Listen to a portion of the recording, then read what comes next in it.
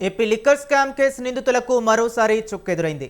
August 1 వరకు remand పొడిగించింది Vijayawada ACB court.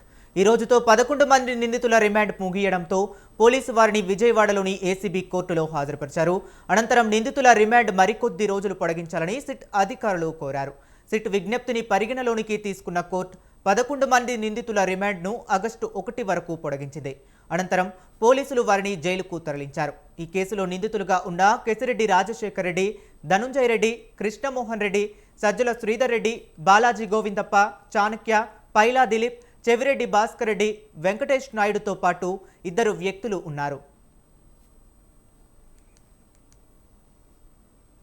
ఇక ఇదిలా ఉంటే సిట్ జైలు అధికారులపై ధనుంజయ రెడ్డి ఏసీబీ కోర్టు న్యాయమూర్తికి ఫిర్యాదు చేశారు. సిట్ కక్షపూరితంగా వ్యవహరిస్తుందని, జైలులో అధికారులు ఇబ్బంది పెడుతున్నారని కంప్లైంట్ చేశారు ఆయన. ఇక ఇదే అంశం గురించి మరింత సమాచారాన్ని సంతోష్ ఫోన్ లైన్లో అందిస్తారు. సంతోష్, చెప్పండి.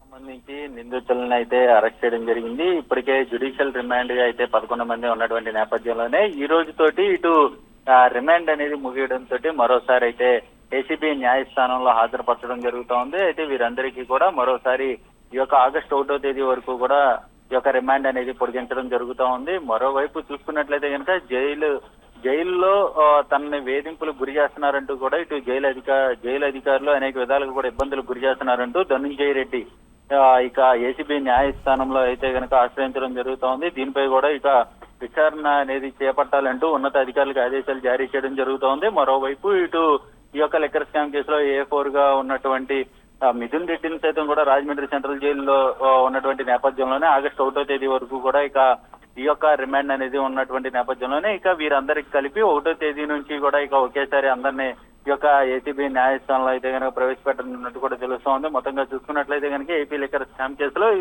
మరోసారి అయితే కనుక రిమాండ్ పొడిగింపు అనేది జరుగుతూ ఉంది. Harish. Right, thank you Santosh.